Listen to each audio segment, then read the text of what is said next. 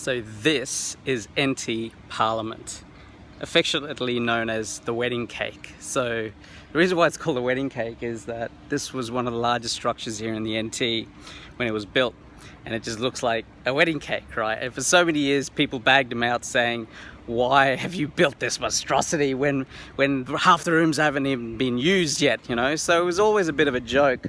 But decades later, it establishes us as having credibility on the national level. You know, we can't have a Parliament House that looks like a shed out the back. So it's a little bit about respect as well as credibility, and yeah, it's good that it got built. So it's getting a bit windy here, but I want to have a chat with you about something really important. So let's go find a quiet spot to have a chat here in front of Parliament House, and there's a reason for that. Okay, so I'm here in front of Parliament House to talk to you about something that is really important for the Northern Territory. And I don't know how long this video is going to be, but if you can please spare me the time and energy to view the video and hear my thoughts on it, I think it'll be beneficial for the overall discussion of the NT. No, scratch that. It's imperative for the overall survival of the NT. So here are my thoughts. The Territory lacks adequate leadership. But before you jump on that and say, oh, it's all government's fault, they're just useless, back up a second, okay? Listen, here's the situation of leadership in the NT, in fact, in Australia, in fact, in a lot of countries around the world. There's not enough adequate leadership. In fact, it's turned into what I call leader shit, where people have their own agendas and there's so much bickering and arguing and nothing gets done, okay? It's a state of leadership. I wrote an article on this. I'll link it down below if it's relevant. But anyway, listen, here's the story about the NT, okay? Politics, I've never been interested in politics because to me it's just, politics originally was relating to policy. What is good policy? What can a government create good policy to help its citizens survive and thrive, okay? Now, somewhere along the line, we've lost that definition of politics here in Australia, and things have just gone to really bad, crappy times, and we're going to see things, no improvement for the next few years in politics alone, okay? But when you have a look at policy and you have a look at administration of that policy, which is what government actually does, administers policy, well, there's a little bit of a different story than what you're seeing in the media. So listen, here's what's happened, okay? So the economy is in trouble. It's not as bad as what everyone says, but it does have the potential to go very bad. Right today, as it stands, it's improvable. And here's the kicker. I've had a look into what's actually being done behind the scenes that isn't really sexy, so it doesn't get spoken about. But there are plans in place, particularly infrastructure projects. There's 7 projects in the pipeline that are capable of generating enough economic stimulation to keep us going, okay? There's also an independent report, which I'll link to in the comments below, that actually evaluates the NT economy and the status of it, and are things improvable? Long story short, yes, things are improvable.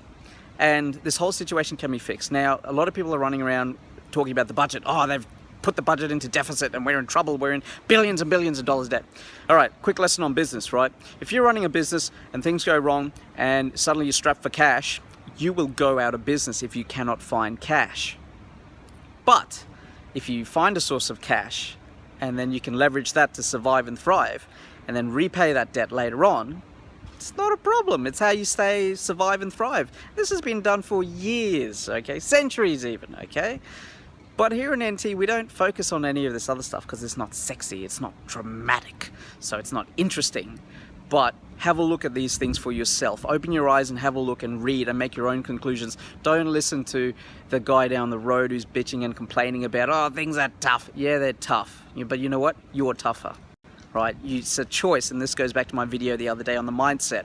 Now, going back to leadership. Here's the thing about leadership, okay? We're at level 1 leadership, which is, my philosophy on leadership is very simple, okay? I subscribe to the John Maxwell theory, the levels of leadership. So there's 5 levels of leadership. We're at the lowest one here, which is lead by title. So you get the title of some sort of leader, people expected to follow you, or as people, we're expected to follow you, you know. So it's useless, it's inadequate, no matter, and I'm not just saying here in the NT, here in Australia and in some parts of the world, there's level 1 leaders everywhere, even within organizations, okay? There's level 1 leaders. Level 1 leadership is no longer effective, right? We as people want to be kept assured that things are going to be okay. So here's the story. When you get into leadership, when you examine leadership within an organization or a corporation or whatever, you can tell about culture, okay? And the territory culture, the lifestyle is beautiful, everything's laid back here, it's a fantastic place, right? But the culture of the territory as an organization, if you will, not just government, but the people and the ecosystem, let's call it, that needs to change, okay? And it needs to change because right now everyone's playing the blame game. No one's willing to put up their hand and accept responsibility for the situation, and that's the reason why things are the way they are, okay? Now, here's the kicker. When in an organization, when you've got people at the top that are experiencing some level of fear and uncertainty, they start operating through those lenses of fear and uncertainty. And you have a look at any politician when they first got elected to when they last are now, and you see them looking like they're scared. They don't verbalize it, but there is fear and uncertainty, and that's and it just happens to be that they can't really communicate at their best level. I mean, think about it, right? Are you going to be really articulate if you're scared about things that are going on in your own life? Let's say, you know, you had a health scare or whatever, right? You have a heart attack and you end up in hospital or something, you know? Are you going to jump on stage or, you know, just ring up friends and have a massive party? No, you'd start contemplating about the future. You'd start, you know, getting your will together and things like that. So you operate through a sense of fear, okay? So that's what's happened here in the NT. Now, how do we fix this leader shit? And how do we get a stronger accountability? What everyone needs to do is just let things get on with it, right? Let people get on with it. So government officials, they just need to get on with it, okay? The plans are in place, but what is happening now is that they're investing time and energy into defending their position, right? So nothing's gonna get done if this goes on. And if nothing gets done, then yes, the economy is gonna die, bad things are gonna happen, the zombie apocalypse, NT style, will happen, right? But it doesn't need to be. But as citizens, all of us need to step up as leaders ourselves and really just let the government get on with it. You know, the plans are in place. Please check them out for yourself. Don't just take my word for it. Don't take the elected officials for it. Read the policy documents and read all the links below and make up your own mind and see things the way I see them. So much potential, okay? So that's how we fix the leadership problem. We just back the hell off, let them do what they need to do, and things will be okay, right? I tell you, things will be okay if these projects go ahead. Well, they are going ahead. It's just, yeah, it's just when you're in a state of fear and uncertainty, and this is the way things are, okay? Now, a few of you might be watching this go, hang on a second, it's all the government's fault, we need a change of government. Okay, let me tell you about the change of government. How this works is you have one party in power, then you have the opposition, okay? And the state of politics that has happened right now, every party's main political platform really is really bashing the other party. They're not putting forward their good economic policies, they're bashing the other party, okay? The second thing is they're making empty promises. And that's why the state of politics is in real trouble. Not just here in the NT, Australia, and even some parts of the rest of the world, okay? So people thinking that, no, we need a change of government, okay?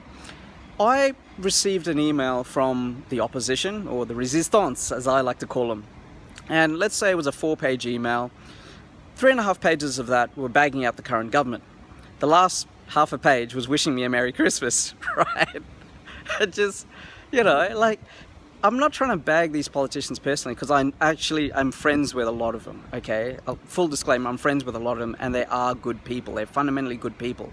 But when you're at the top and you're put in a position of uncertainty, and then you got all your followers, you know, the people that are meant to follow the leaders, gunning for you, how do you think you're going to react? Okay, so everyone just really go open up your eyes and follow these things and let them do what they need to do. And if you want to change in government, maybe the opposition might like to focus on supporting the government in their plans. You don't have to, you can still be political or whatever, but the state of NT right now, the ecosystem, we all need to come together and solve this as Territorians. All of us need to accept responsibility.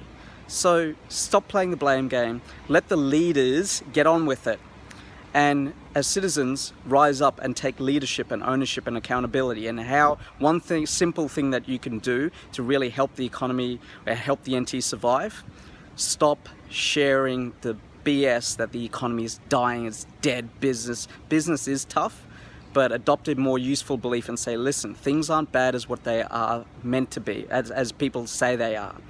And spread the word that things are going to improve. They can improve, but people just need to get on with it. All right, entrepreneurs, that's my bit on leadership. And my next video is going to be about how to solve business confidence here. So let's get on with it, entrepreneurs. And whatever happens in business and in life, I wish you nothing but success. Take care.